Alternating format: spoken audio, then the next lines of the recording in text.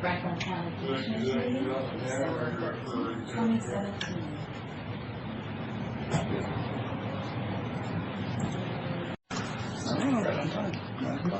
If you are. A lot of our people went to the city hall. Good morning. It is 9 o'clock. We're here for our Wednesday, December 13th board meeting. We have a full agenda of commissioners this morning, and staff, and an audience. And if you join me with a pledge of allegiance, please. Pledge allegiance to the flag of the United States of America and to the republic for which it stands, one nation under God, indivisible, with liberty and justice for all. Well, our first item on the agenda doesn't look like County Road Administration Board, so we must have made a change of some sort. No. Just got here. I know, but I'm going by what it says here, and we have somebody else at the counter. Oh, Yeah, that's right. sorry. Oh, you are.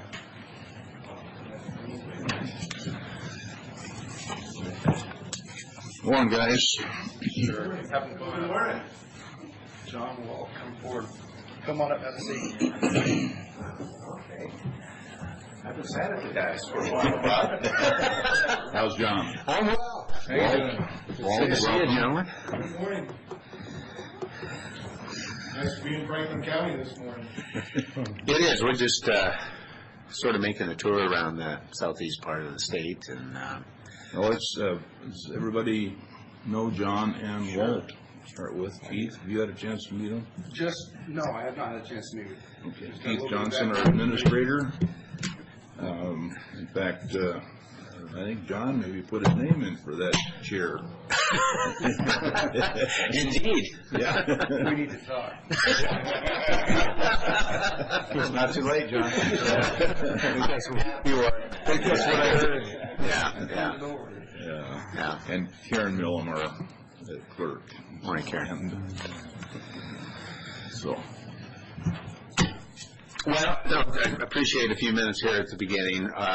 Walt and I are just making our tour through the southeast part of the state, trying to meet with as many board members as possible, public works directors and engineers, county engineers, just to get acquainted a little bit and reinforce that we are here to assist counties in any way that we can, trying to get arms around what the issues are for the counties, and just touch base pretty much. So it's a pleasure to be here this morning, and just want to see if there's any way we can help you guys out. I mean, we have some, I think, some issues in the upcoming session that we're going to be tracking.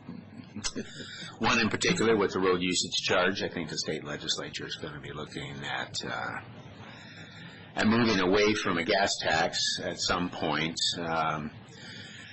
If you look at the gas tax and the bonding on the gas tax and the utilization, it gets stretched out, and the only reason it's actually worked to the extent that it has is the fact that we've had a pretty good economic uptick, and so the revenue's been coming in. But if there's a hiccup in this economy, I think we're all going to be in trouble on this thing. So, and there's lots of nuances, obviously, to work out on road usage charge. We're trying to encourage people to sign up on the Transportation Commission's website to participate in it, because our concern is people on this side of the state have to drive distances to go to work, to school, to hospital, just about anywhere. You're absolutely right, Brad.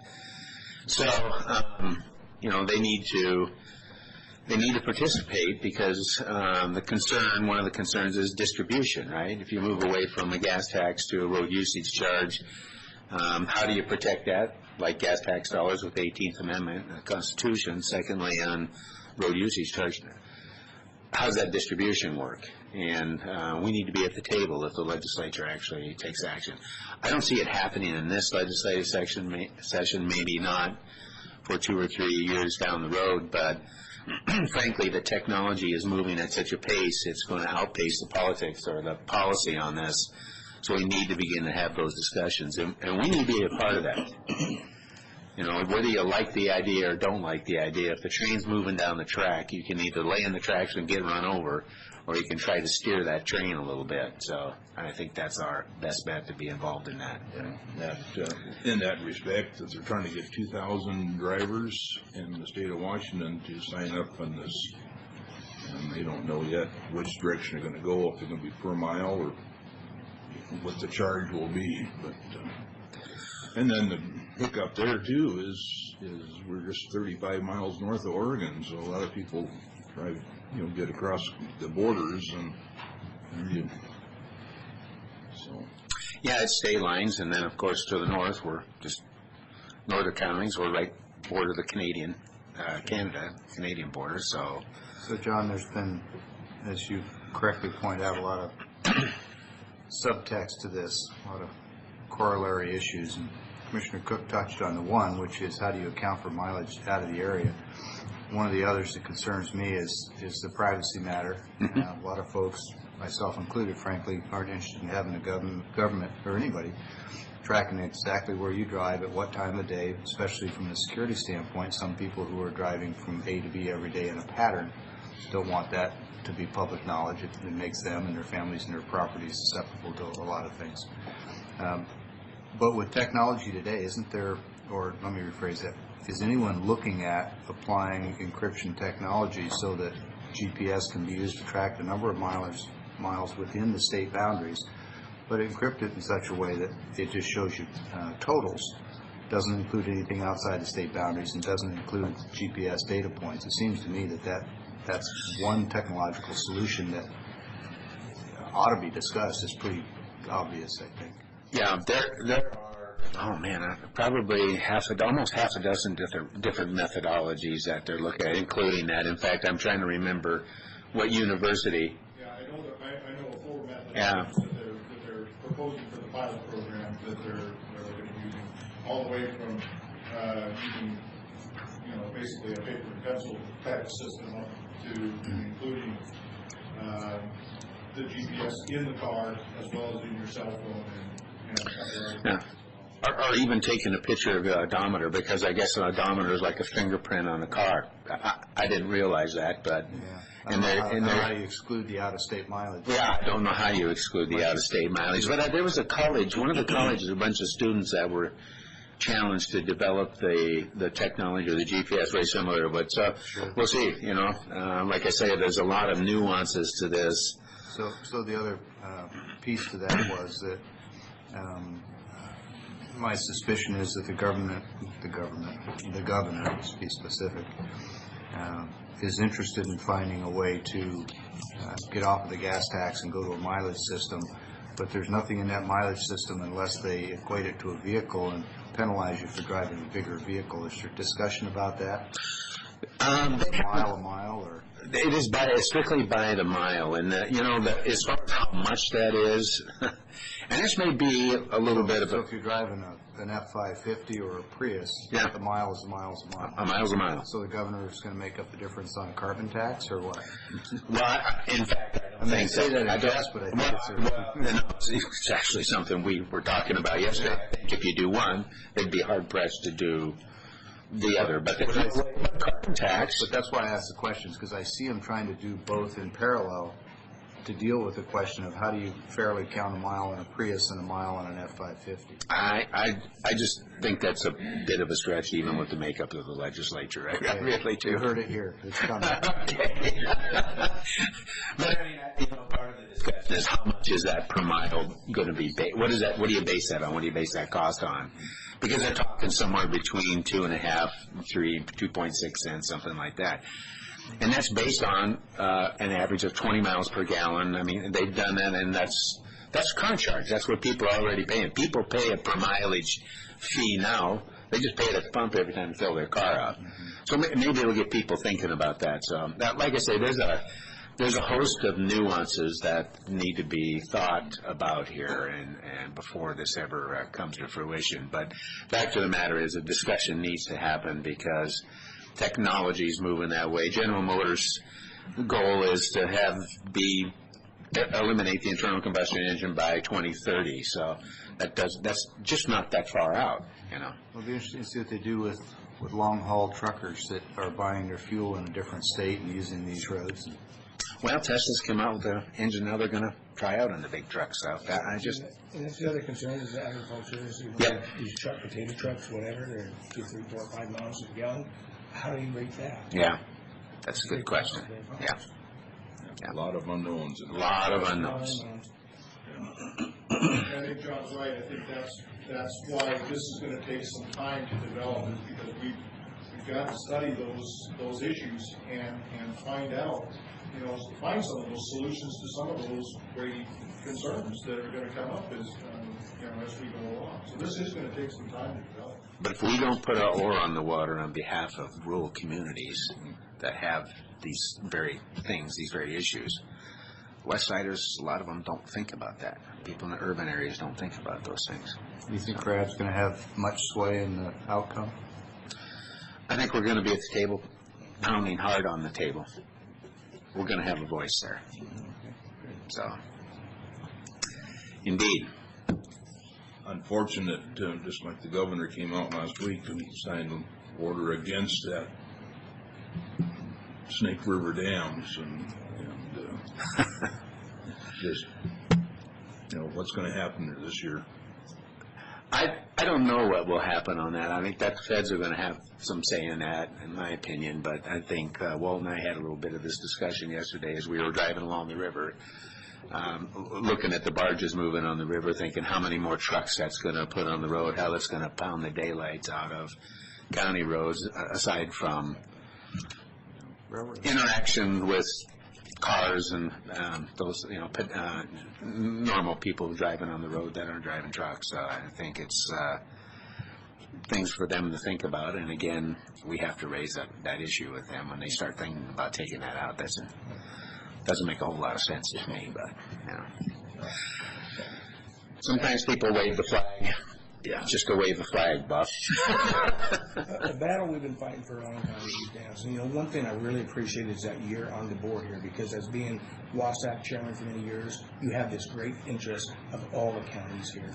And I think this was a great pick, and I was really satisfied with Well, I say it's the best job in the world. The state writes my paycheck, and I get to advocate for the counties. It doesn't get much better than that.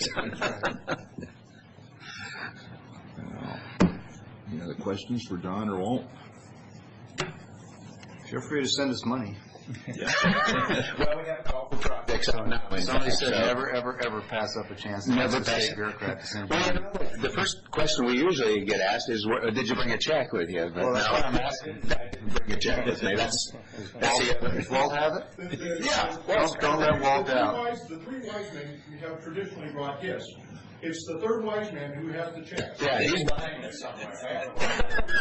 Well, I know you guys are big team players, so we're all just going to wait here till he shows up. I wouldn't do that to your audience. Well, they can leave. Well, thank you for your time. It's much appreciated.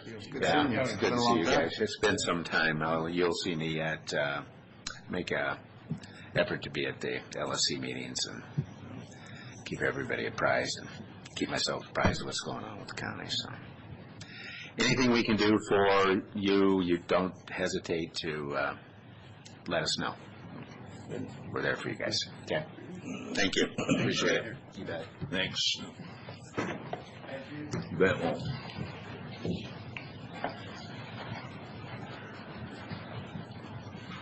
Next on our agenda is Carly with the Franklin County sick leave policy. Good A morning. couple of policies So coming. far, you're winning. Huh? Thank you, Mr. Chairman. This morning I have a proposed update to the Franklin County sick leave policy,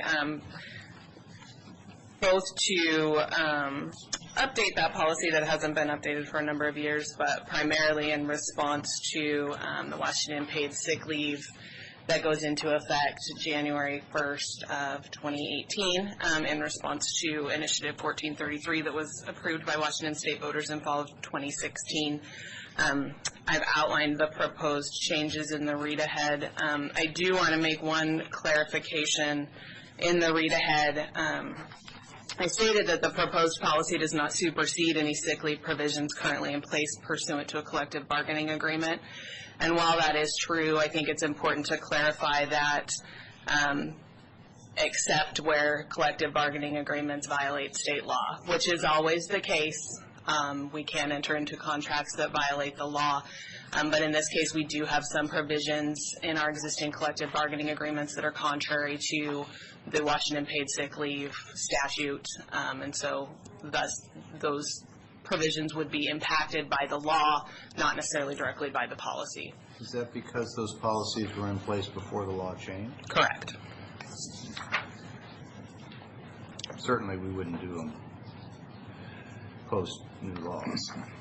We wouldn't enact something, a bargaining agreement that was unlawful after the law was in place. Correct. Yeah.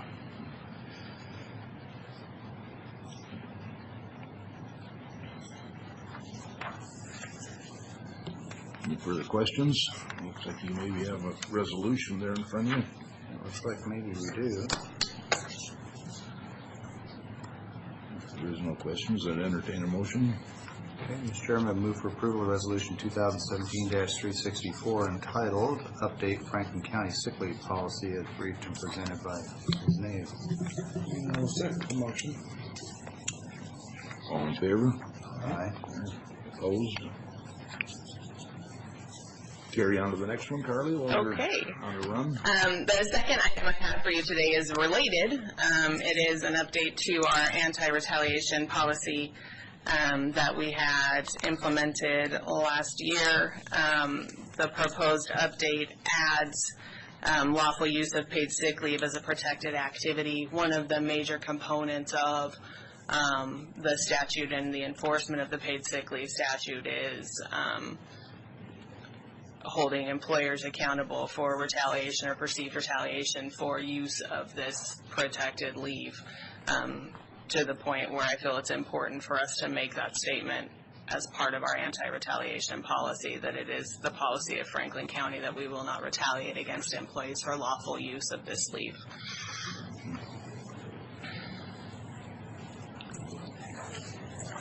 So I'm not opposed to the resolution.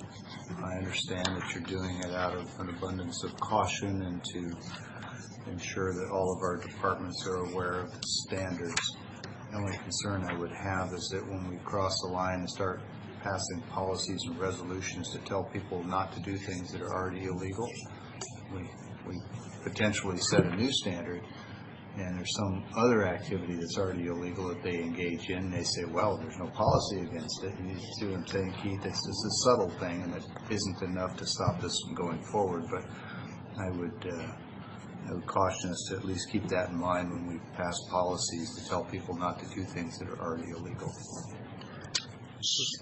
Absolutely, and I think, that's, if you look at the anti-retaliation policy, the things that our policy states as protected activities are already protected, and it speaks to the law. So, Yeah, and it's.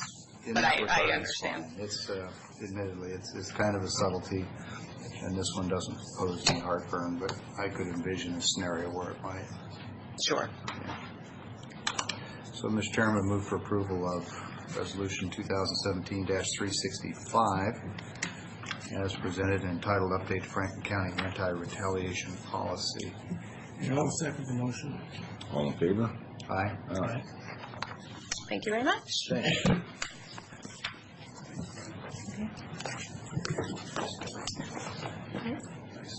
you. It lights up.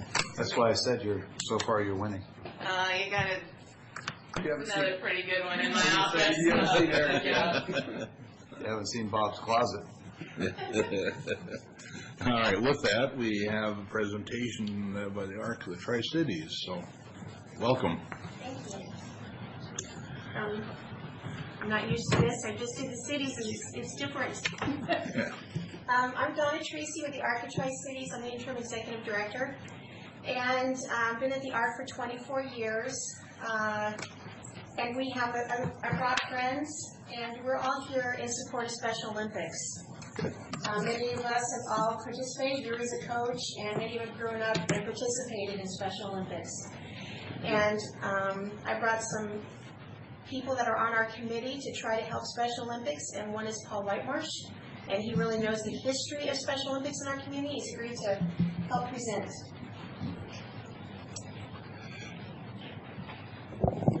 Good morning. Morning, Paul. Thanks for having us. I am Paul Whitemarsh, retired recreation manager for the city of Pasco. Excuse me. I started with the city back in the early 70s. About the same time Special Olympics was founded by the Joseph P. Kennedy Foundation nationwide. And it first came to the Tri-Cities in the form of, or through the support of area special ed directors and teachers. Our area special ed departments were kind of a co-op at that time. All three cities, or all three school districts, provided the special needs classrooms under one superintendent. And those teachers established the first Special Olympics in our area with track and field and bowling. At that time, they were very dedicated. All of our special ed kids were in self-contained classrooms in their various schools. As today you'll know or note that they are mainstreamed and will be in regular classrooms and maybe spend time in a special remedial class. Excuse me. But back in the early days, the special ed teachers became overwhelmed as the program grew. The more people that were exposed to it, the more they wanted to participate. And the area recreation departments were approached to help administer the different programs.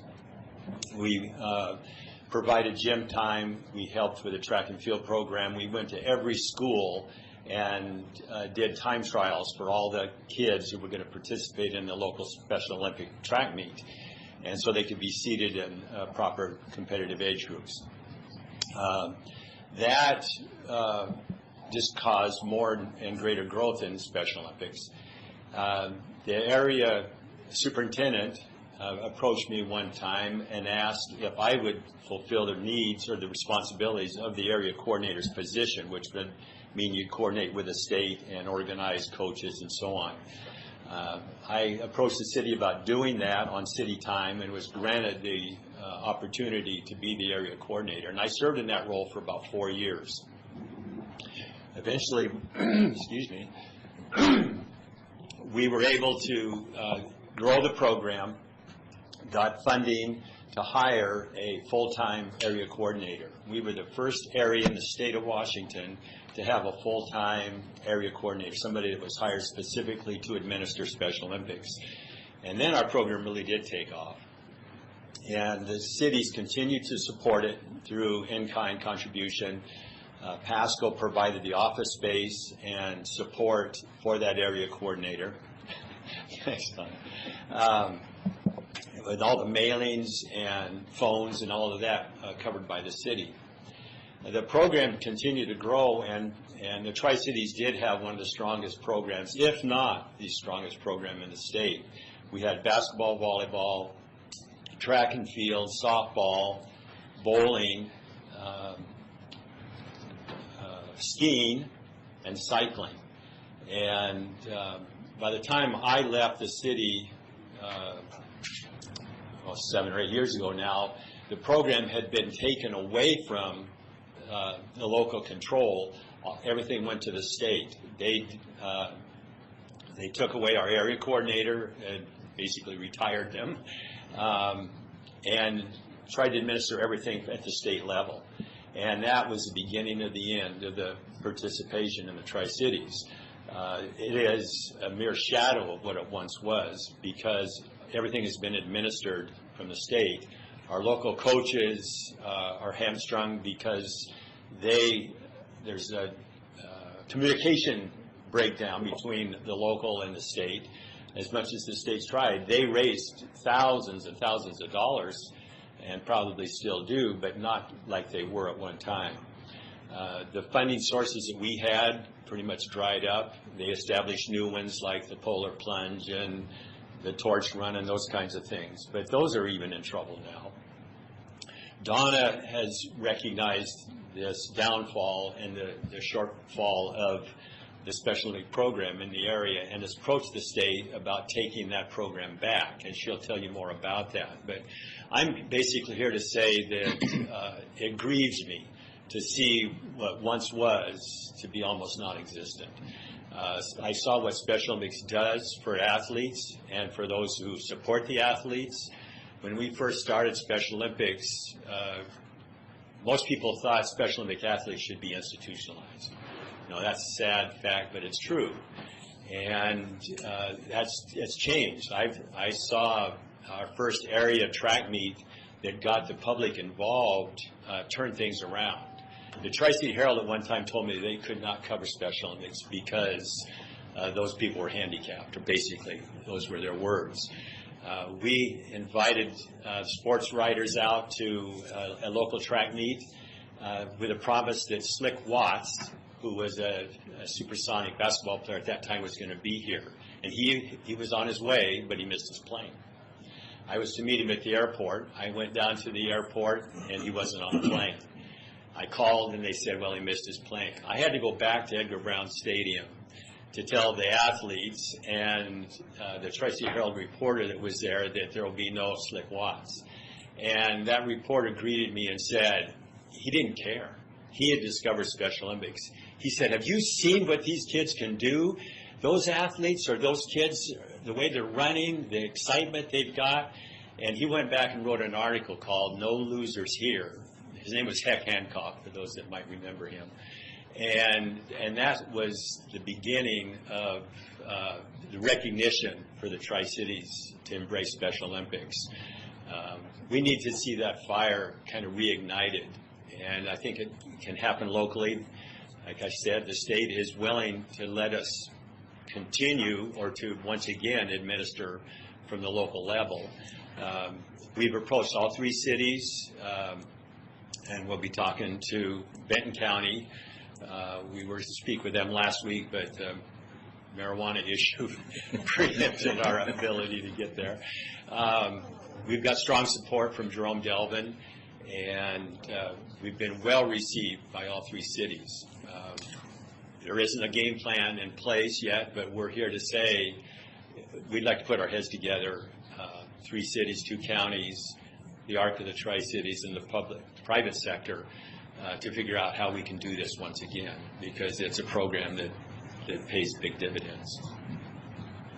Thank you. We also have, the ARC put together a committee of people that cared about this issue. Ken Johanning, who helped build the Fisher Pond in Kennewick, who helped do the train. He also was the spearhead of the Carousel of Dreams.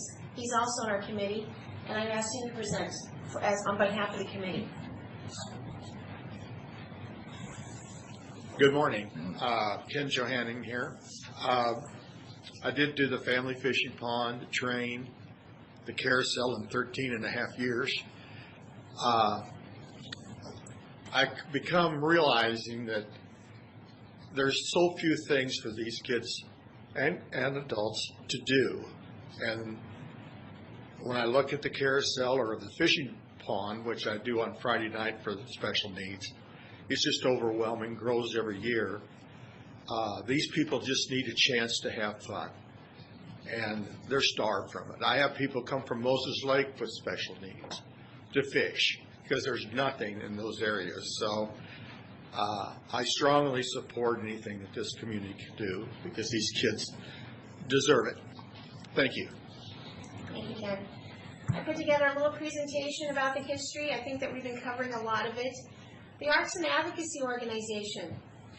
And we've been seeing that sports have been drying up. Right now, I brought people who grew up in Special Olympics. But I want you to know that there's no sports available under age 18. There is no kids sports for people with developmental disabilities in our community at this time. Even the local soccer teams that we had going, we're trying to incorporate. They are no longer existing. And then we have, sorry, I'm not a professional slideshow person. I think it goes like from the beginning. There we go. Okay. And so we're really lacking opportunities. Just to tell you, to continue on with that history, we've all understood the importance of sports. I know Connell has a big sports fan. I know, Bob, you're out from that area. And matter of fact, we have quite a group of families. Sharon Robertson and Kyle, her son, I don't know if you know, they used to run the restaurant, the family run the restaurant there. They come, they're a Special Olympic coach. And her son grew up, and there's other athletes out there that participate. And we're here on their behalf. Basically, the cities work together to create Special Olympics, as you heard in the history. Matter of fact, that group that you just saw in that last picture, that was the first families. Fundraising has always been really supported by the police officers. Kennewick Police has taken the lead on that for years. Kennewick Police told Special Olympics last year they will no longer lead it. We're doing a dismal account for Polar Plunge. Pasco Police are people are trying to help, but the bottom line is we're going to go from about 127, 138,000 fundraiser, and we'll be lucky if we make 20. These funds have been used to help sports, provide the teams, the facilities, those kind of things. And we have support Knights of Columbus, Kiwanis, Rotaries. Everybody's willing to help. And the problem is we don't have an organized system here in the Tri-Cities, and we are drying up. Example of some of these things, again, we don't have any youth sports. Little League even used to offer a sport because Special Olympics was so strong and they wanted to offer Little League. That is no longer available to our kids. So our swim team used to have 50 athletes who just went to the state. They probably had 100 year-round. They had 24 qualified state, but they used to have 100 going year-round and 50 athletes qualified for the pools. We used to have powerlifting. That's no longer existing. We used to have 10 soccer teams that served 80. Now we're down to 3. We serve 18 people.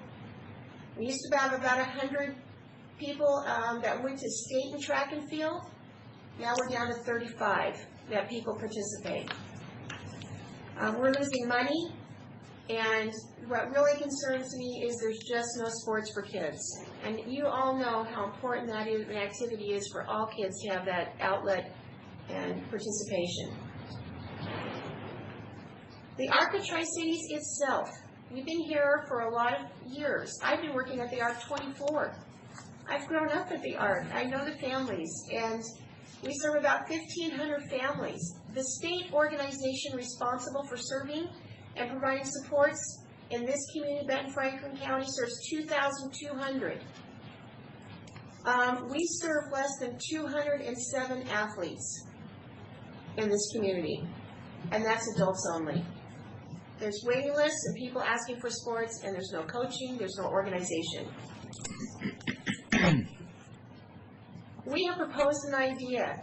We don't really care if this is the idea we go with. We're presenting to the parks, the cities, and the counties to help us come up with a plan to create sports and save sport opportunities. Our idea is help us pull together. The ARC is unique in that we have 94% of our dollars, our fundraising, go to service delivery. We only have 6% management at the ARC of Tri-Cities. There is no other nonprofit in the Tri-Cities except for the food bank, which offers 100%, and possibly the mission. I haven't checked on that. But the only one I know is the food bank that runs totally by volunteers, uses that much money into service delivery. So the ARC is stretched already. Because what you probably don't know is the federal and state laws have changed. The pressure for raising minimum wage is getting rid of people having job opportunities. Columbia Industries and Goodwill have been forced by federal regulation to not offer the employment they used to. All the people, Columbia Industries used to serve 100. Now they sit at home. Goodwill used to serve over 125 in their pre-vocational. Now those people, they've been able to absorb only a quarter of them. Employment is not becoming an option unless you're highly skilled and capable of doing community employment.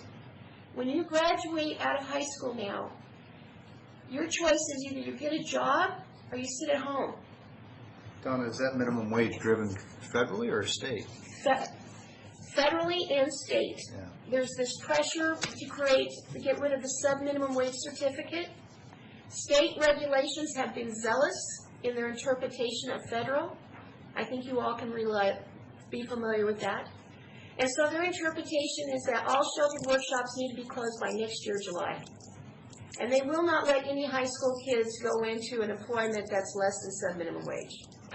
Less than minimum wage. So bottom line, if we can't hold a job at Walmart, we're sitting at home. And I'm here saying that's not acceptable.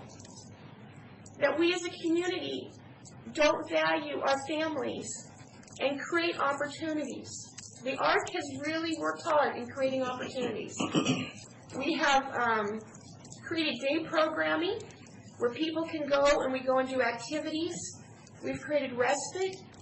We do a summer camp that holds 200 people and half the staff are volunteers. We serve 42 one-on-ones in that camp. The ARC is doing all it can to try to relieve the burden families are under. But we can't do any more than we're doing without help. Oh, sorry, I went off script. Okay, and so what will this do? We're trying, and honestly, I don't care who does it. I don't care if the city's coming to play, but we've got to somehow unite. The ARC's willing to take the lead, but it doesn't have to be us. We want to increase youth participating. We want to create a diverse population. We think tourism is going to grow by us having things. The state has promised that 80% of the funds we raise will stay here in our community. And any new funding sources that we get, 100% will stay here. The money we're asking the cities and counties to help us with is I just need a staff to make phone calls and coordinate, because I've got lots of volunteers.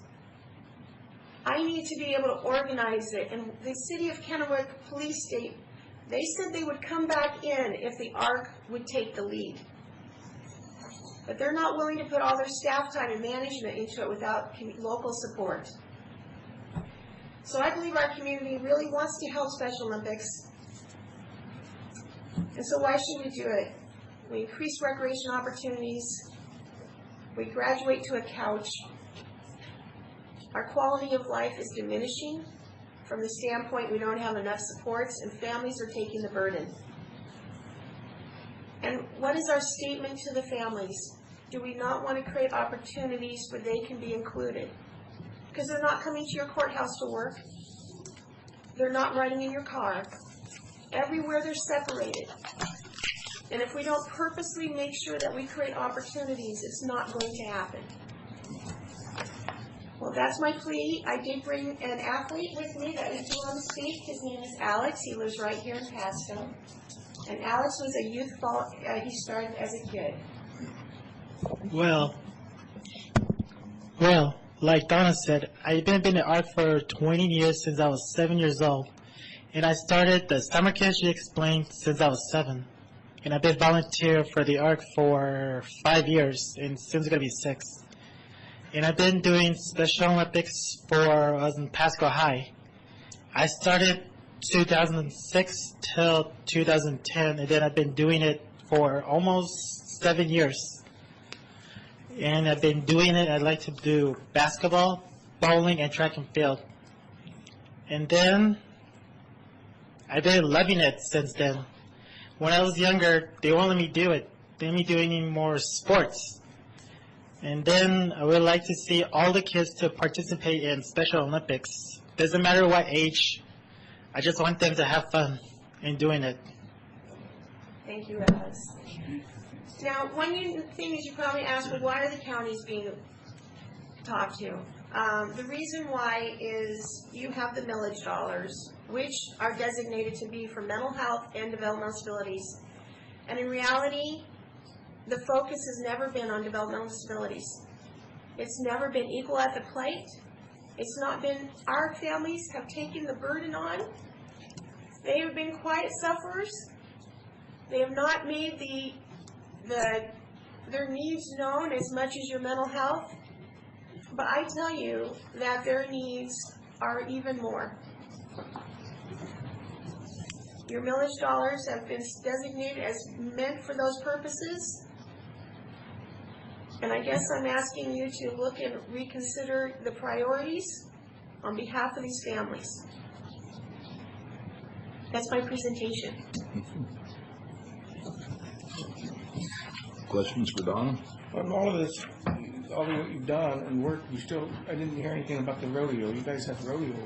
Well, we helped start the rodeo. As a matter of fact, Paul's daughter's the rodeo. Exactly, yeah. Yeah. So how's that going? It's going good. It's Yeah. completely separate. Serve the same clientele. The Nebraska Rodeo is a 501c3 nonprofit. Okay, so It totally is different. completely separate from And honestly, it's added a lot of quality to our life. How many of you guys have done the Nebraska Rodeo? Raise your hands. Okay? But that's one event that happens 3 times a year. That doesn't add a lot. Special Olympics has the potential to have practices 2 or 3 times a week. Then you go to your tournaments. The ability for Special Olympics to create real opportunity and self-esteem and a feeling of accomplishment has such great potential. Donna, have you talked with Kyle Sullivan and the county's Human Services? I talked to him on Thursday. I'm hoping you guys will call him before I get there. And I hope you'll say kind words of support. And because when I present to him, I'm going to ask him, how can you help? And I know he needs your direction to do that. And I think the counties, by and large, look to Kyle to help us balance the use of those state funds, because, as you know, there's almost always a great deal more need than there are resources. Absolutely. And I certainly speak for myself, but I think I speak for the board too, which is we want to be sensitive to making sure that no organizations or groups are being left out, so long as the work that they're doing fits under the authority that the state gives us. And this certainly, I would say, must fit in the description. But it's that balancing and that prioritization that we're going to look to Kyle to help us with. So I'm glad to hear that you're going to talk to him. That's the right place to go. Okay. And then we'll talk to him after you do. Okay, perfect. Yeah, and if you can help mention, because like you said, Kyle has 100 needs after him. And he has a lot of pressures. And this is just one of those situations where the ARC is bringing this to our attention, and we as a community decide if it fails or goes under. The ARC cannot do it on itself, and we have to decide, do we value it or not? And so I guess that's what we're bringing to the table. I would hate to have seen it fade away without us recognizing there was an opportunity for us to help. Thank you very much. Thank you. Thank you, Donna. Thank you all for coming.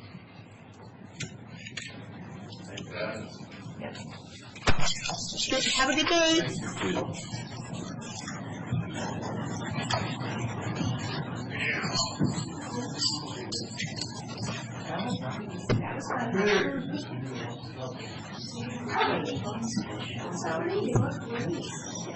I don't know if you noticed on the medals here, we have some medals today. Yeah. Yeah, I wondered which one you We're working on it. Okay. I'll get it.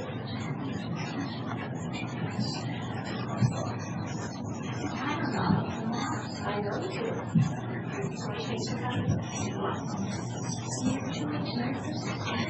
Merry Christmas.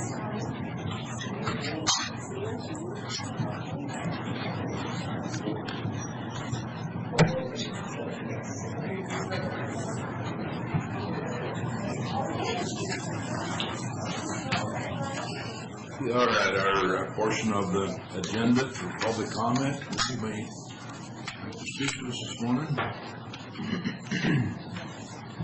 Seeing none. Morning, Kat.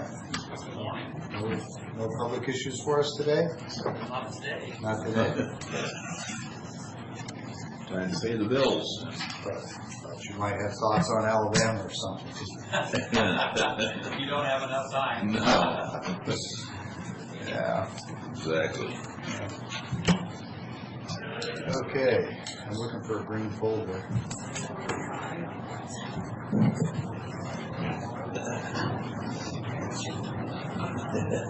Hiding under the ugly Christmas sweater, wasn't it?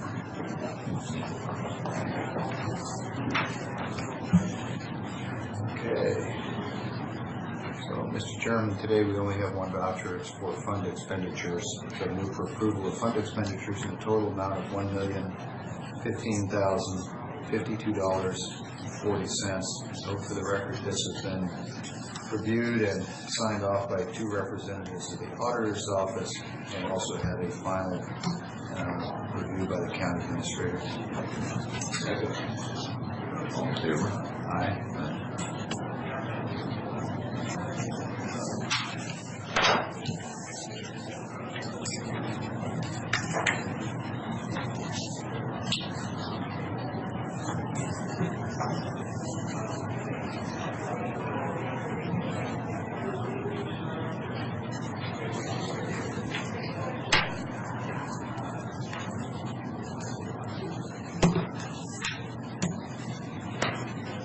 That it'll bring us to consent agenda of 12 items this morning. Mr. Chairman, I move for approval of consent agenda as presented with 12 items with discussion. Can I just say one thing I forgot to say, very important? I hate to do this to you, but the Arts Fund has already committed $50,000, the first $50,000. So I wanted to let you know, the Arts is putting its money, and for the Arc to do that is a huge statement. But if everybody says they're going to work in partnership, the Arts agreed to put the first $50,000 there. Okay? Donna, that 50, what's the source of that money? That is out of our reserves. Okay, and those reserves came from where? The reserves, we have charitable dollars. The Arc of Tri-Cities has $3 million reserve, 1.9 for our own programs. The other part is for investment in the future, and we're taking it out of that. And is any of that money taxpayer-derived, No. state or federal? It's all charitable, right? All charitable. Okay. Okay. And I knew that. I just wanted it in the record. Oh, you want it in the record? So out of charity dollars. Oh, I got it. Yeah, okay. If I have the conversation, it's in there. Okay. Okay. All right. Well, thank you. I just forgot to mention that important piece of information. Okay. And I would add that it would be for administration to hire at least a significant part-time person to do what hasn't been done here. That's a much smaller percentage than the state's 20%. I said that, not you. Yeah, exactly. I would agree. Thank you. You have a motion and a second with discussion. Yeah, Mr. Chair, I just wanted to refresh myself on item 3, which is the redirection of funds and planning, but now that I've looked at it, I recall what it is, so we're fine. No other questions.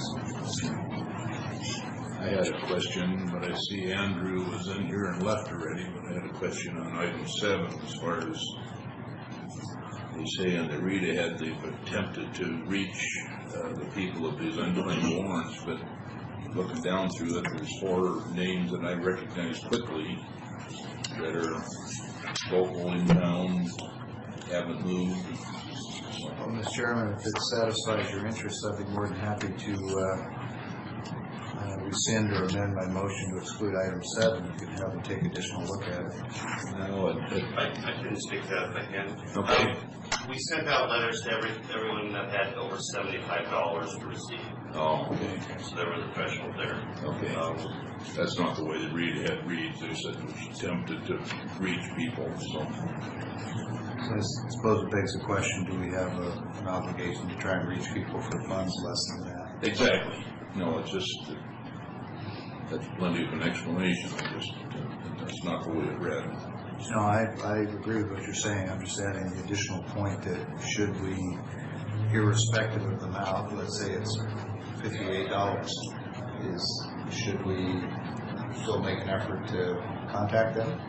What is the reason for under $75? You could probably spend more money. It's a number of them. There's, a few hundred. It's a big burden. You could probably spend more money. Chasing them. That's what I was saying. So, but that's enough explanation. I just was. It's a good question. I have no other questions then, so. I'm just checking to make sure I'm not on the list.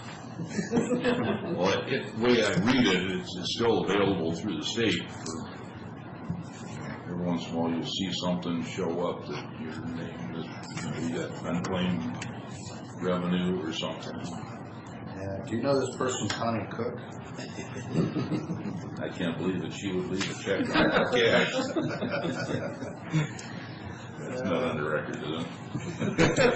Yeah, I think the recorder was running.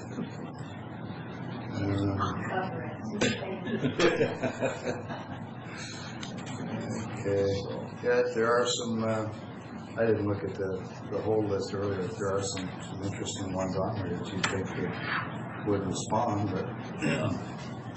Well, that's what I was thinking. If everybody got a letter, there's just a few of them on there that I can't believe they wouldn't have responded, so. Yeah. That was my only thought. But the letters did go out to whatever address we had for them, right, Tom? Yeah, we did our best to vet that out. Yeah. Okay. Motion and a second. If there's no further discussion, I'd entertain, all in favor? Aye.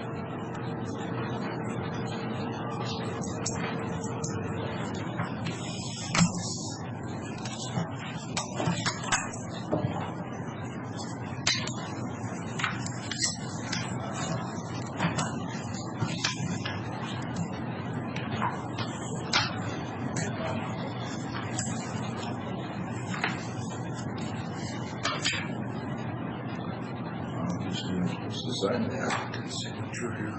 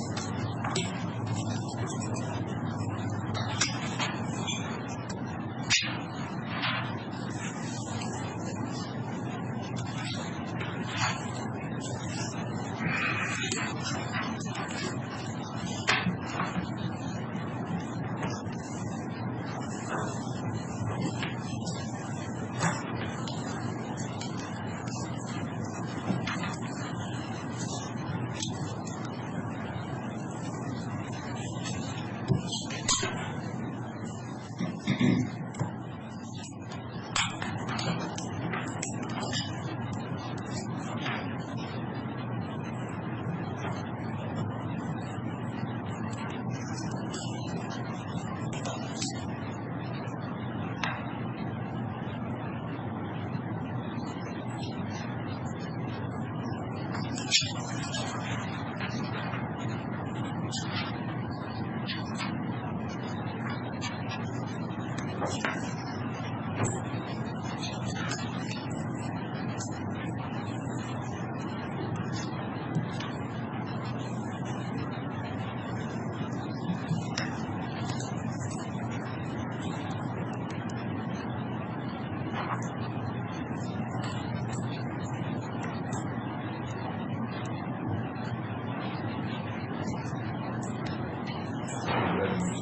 yellows.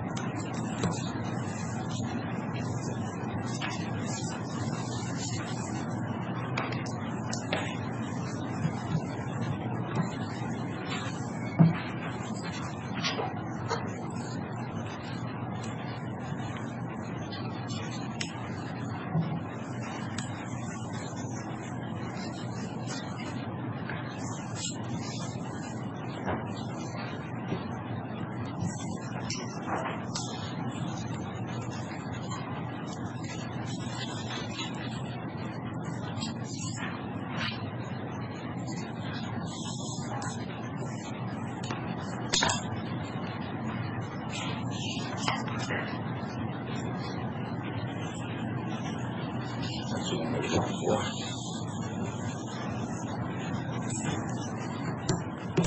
All right, get those finished up. Keith, what do we have for us today? No office business to complete this series. I think whenever you're ready, we move to the unfinished business section. That's Okay. appropriate for you. The first item for your consideration is the committee assignments for 2018. I think you had a chance to review this. This includes the board-appointed positions that are assigned by the commissioner, as well as the organizational appointments of the commissioner and myself to various groups and committees. Have you consider that and approve that resolution 2017-376?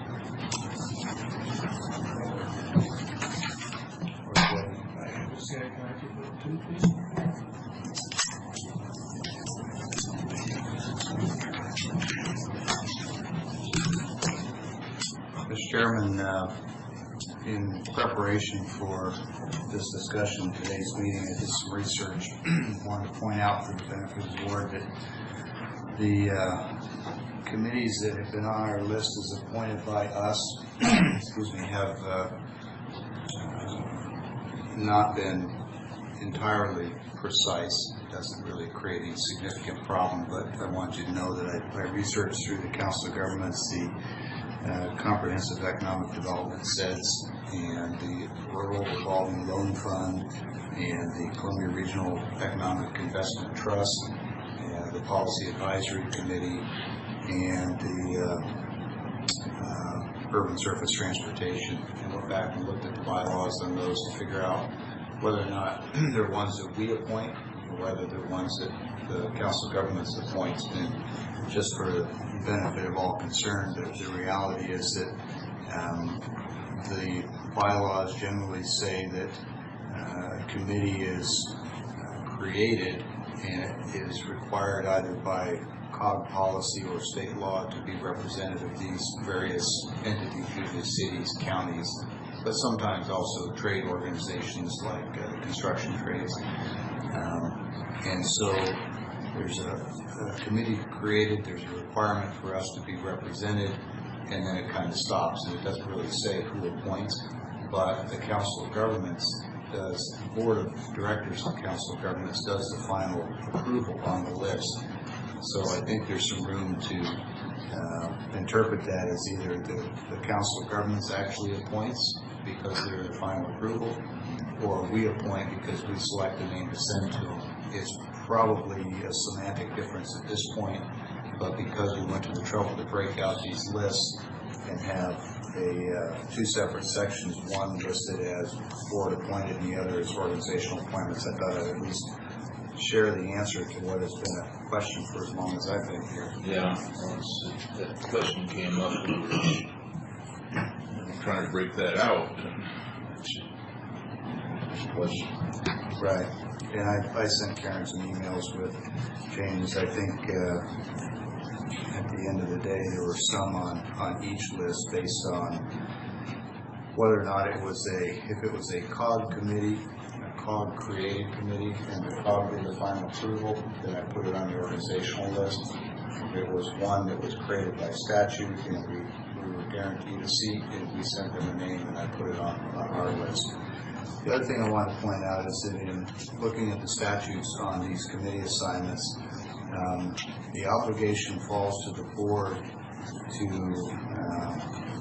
select whom we think should serve on these committees and in these various roles in the best interest of the people of Franklin County. It says nothing about rotation. It says nothing about your turn, my turn, anybody else's turn. There's only one criteria, and that's serving the best interests of the people of Franklin County. So when I submitted my list, that's the criteria that I used. It's the only criteria that I used. We've got two lists today, and I expect that there's going to be a little bit of discussion on those, but I wanted everybody to be clear that the list that I produced and the assignments that I chose were based on that one criteria and that one criteria alone. So with that, I would move for approval of Resolution 2017-376. I would note for the record that we have two identical, or not identical, we have two resolutions, both stamped with that same number, and the board would have to choose which of the two. The one that I'm moving for approval is identical to the other one, except that the one that I'm advocating has Commissioner Cook as the chair pro tem, Commissioner Miller as board member, and myself as the chair. And I think that's all the comments I have. We'll vote and make a decision as a team. Okay, so I guess just for discussion, why would you choose that when all the time we go on rotation? Only because it's a gentleman's way of doing it. It's integrity of the board to be transparent, and to me, not to step somebody in there is more of a harassment, more of a bullying, hostile work environment. You know what that means, Mr. Beck? And I think it's poor leadership that needs to control on one person. I feel that we should continue. I don't know why you would say that Bob would do a better job as pro tem as I would. I've been pro tem many times. I've been chairman many times. To me, it looks like you're locking up a position to continue to be chairman. I would suggest that we continue to rotate like we have. And like I've heard before, that's just how we've done it. Let's just keep going because that's the fairest way. Talking to many boards do it that way. Many boards get along. And I would encourage that the board is honest and stop these type of control tactics. I feel that we need to go in order, which Brad Peck, Rick Miller, Bob Cook is doing. Since Bob was just recent, that's how we've always done it. So I don't see any reason to change. I don't think there should be really even a reason to vote on it when that's the fairest way to do it. And I can tell you, I can put up points when you were chairman, we've had disasters. And I've put up points where I've had problems and you've had problems. These are going to happen. It's a good for rotation. It keeps my county independently going well, so there's no problems there. It keeps they change these phones on, as they change these committees, as they change the leadership role. It's just the right thing to do. So, Mr. Chairman, if you've got comments, I'll hold mine till you make yours, but if you don't have comments, then I'll go ahead and respond to Commissioner Miller at this time. Well, I would, as far as my side of it, until we have a policy of some sort that changes the history that in the 13 years that I've been here has been followed, I will follow in rotation as we have been. That leaves it open to anybody can write a policy and change it in the future, but well, Mr. Chairman, to that and to Commissioner Miller's remarks, I'll respond that the statement that we've always done it this way is false. I've reviewed the record, and you'll find that we haven't always rotated. We have gone out of sequence several times in the time that I've been here. And in those discussions, we've made clear that there is no rotational commitment or obligation, and we've had discussions, you'll find them in the record as I did, that the statutes charge the board to make a decision on who we think will best serve in those roles, and that if we can't decide, and I think you recall it goes up, I think, to the next governmental level, which would be probably the governor's office. I don't think anybody is suggesting in any way, shape, or form that that's necessary. It's certainly not. But it is part of the discussions we've had in the past. So to say we've always done it that way, with all due respect, is false. The record is written. Excuse me, I have the floor. You sure do. Keep on. It is in the minutes of the meeting, which are both written and recorded, so if anybody wants to check on the accuracy of that statement I just made, please feel free to do it. With respect to Mr. Miller's allegation that it's a control move or that it is harassment, and his call for transparency, I will offer what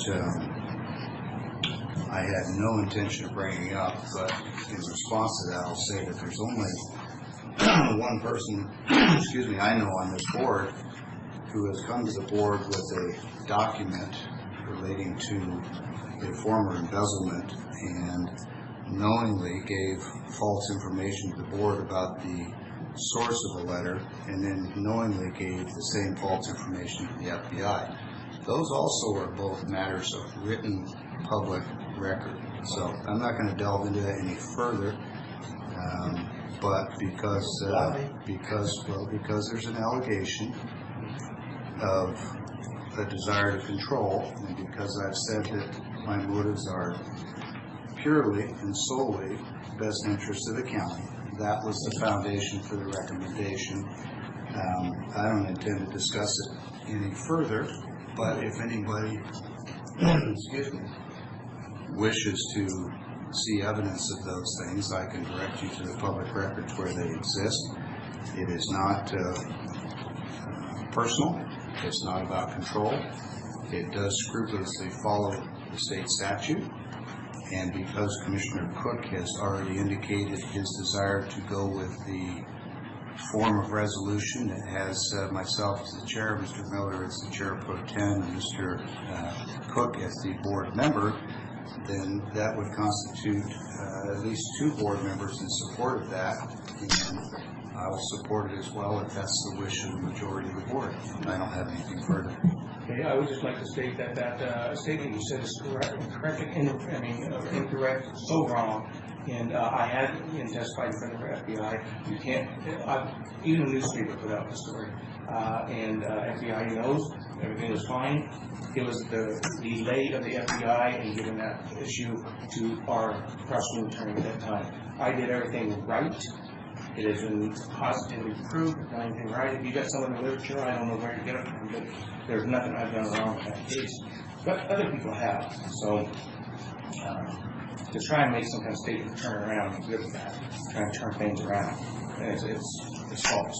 So with that, though, we can go ahead and Commissioner Cook, I appreciate your integrity there, and go ahead and go on this. And I will accept this program. Make a motion. Yes, I move that we approve the Franklin County Commissioners Committee assignments as Chairman Ford, Tech, Chairman Pro Tem, Commissioner Miller, and Board Member Commissioner Gordon. That's not the one you have. He's better. Second. All in favor? Aye.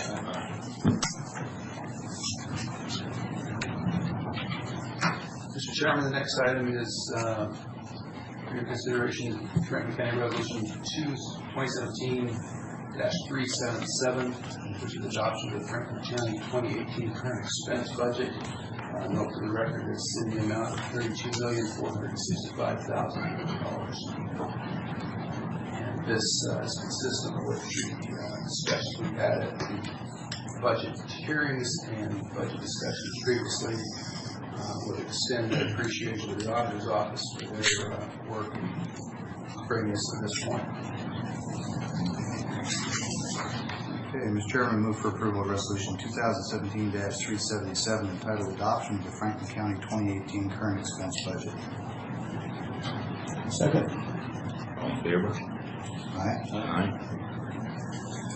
Mr. Chairman, members of the board, the final resolution before you is 2017-378, adoption of the Franklin County 2018 miscellaneous budgets in the amount of $59,274,300.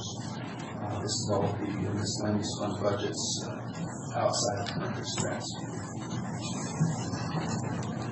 And Mr. Chairman, move for approval of Resolution 2017-378 entitled Adoption of the Franklin County 2018 Miscellaneous Budgets. Second. All in favor? Aye. Aye.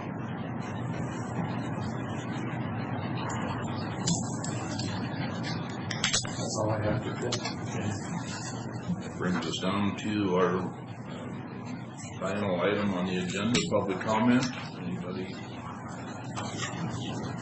Anybody? See nobody? Commissioners? Let's see, Mr. Chairman, the Rural Revolving Loan Fund meeting that was scheduled for this afternoon has been canceled, so I won't be going to that.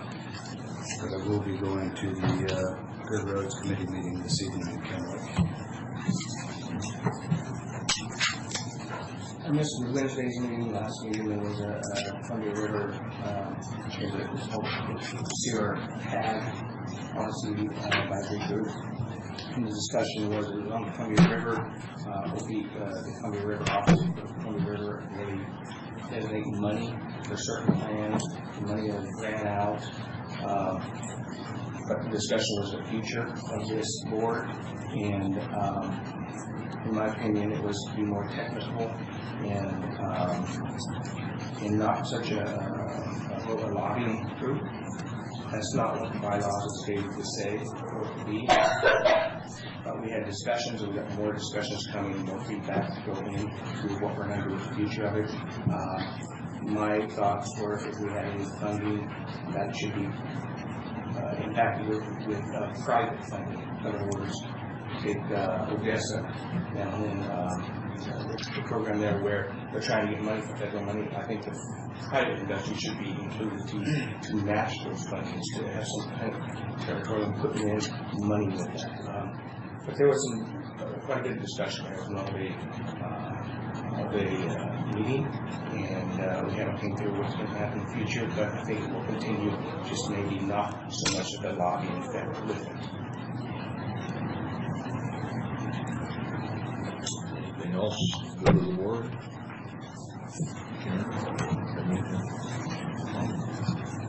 If there is nothing else, we are adjourned. We have a meeting next week. That will be the final for the year.